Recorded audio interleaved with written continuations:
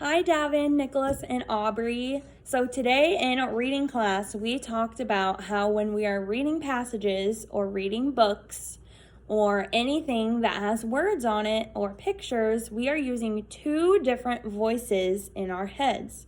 So maybe when you're reading something, you are using your reading voice.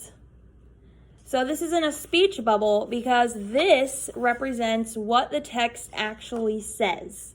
So when I'm reading a sign that says stop, my reading voice is saying stop, okay? The other voice that we have is our thinking voice. Now, our thinking voice is not the words or the pictures that are in the book. The thinking voice is the thoughts that are coming into your brain while you are reading the words. So maybe it could be what the text means. If I read stop, maybe my brain is thinking with my thinking voice, maybe I should put my brakes on in my car. I should hit the brakes. Or maybe it's asking a question. Why do I have to stop? What's the reason why I have to stop? Maybe it's predicting. If I don't stop, I wonder what would happen. Or maybe it's visualizing. So if you're reading a book that has a lot of words that are describing something, then maybe your thinking voice could be visualizing those words, right? So if you were reading a book maybe that was describing a lake as soft blue water flowing in the lake, maybe your thinking voice isn't asking a question about the lake, but it's actually visualizing or picturing that soft blue water in the lake inside your head. So your reading voice, this is the words and the pictures or what the text actually says, okay? And then your thinking voice is what's going on in your brain as you're reading. What questions do you have? What predictions are you making? What's going to happen next? Ooh, another one is, are you trying to figure out a new word?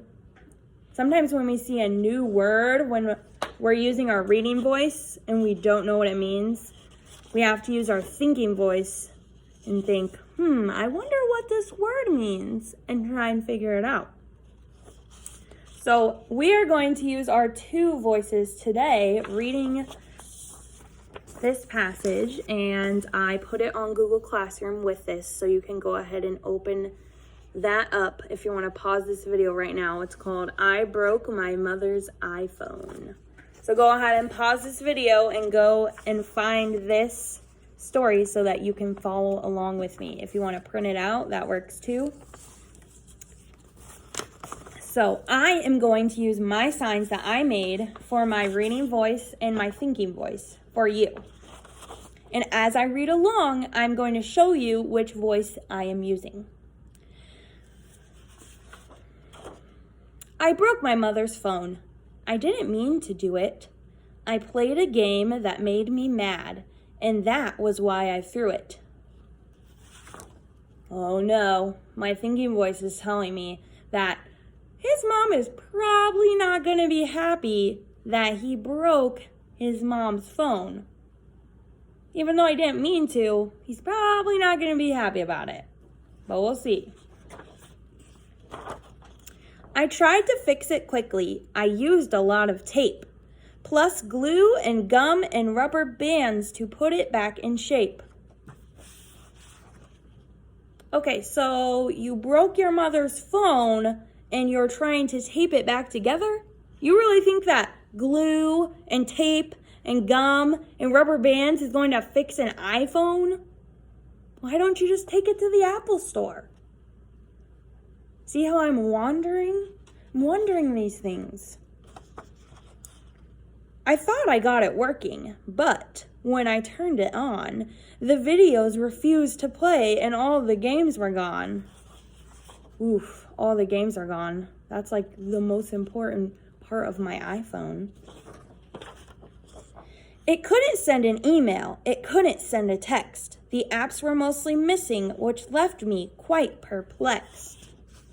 What does that word perplexed mean? I should probably look that up in the dictionary, or maybe online on dictionary.com.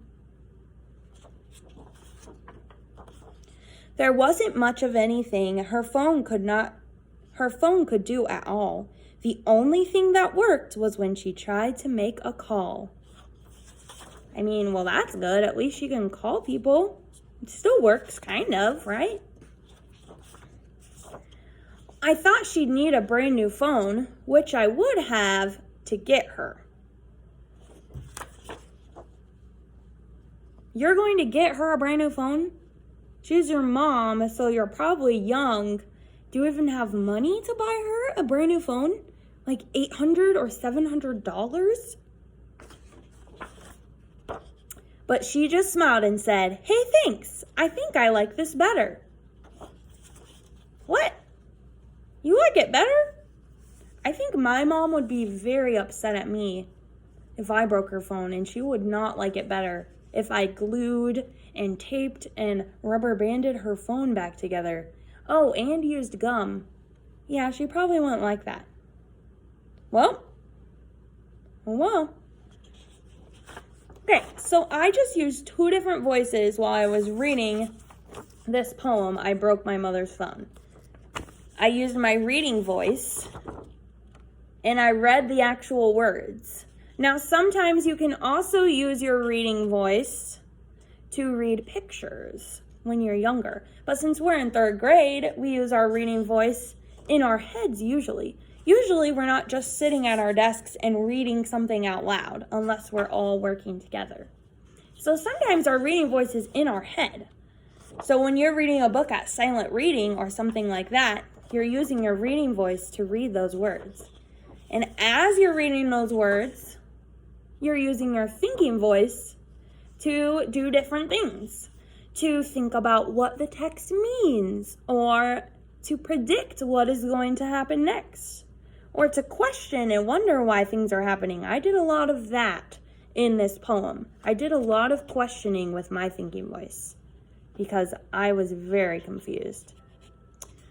You could be figuring words out. I didn't know the word perplexed, and I thought to myself, maybe I should go look up that word in the dictionary.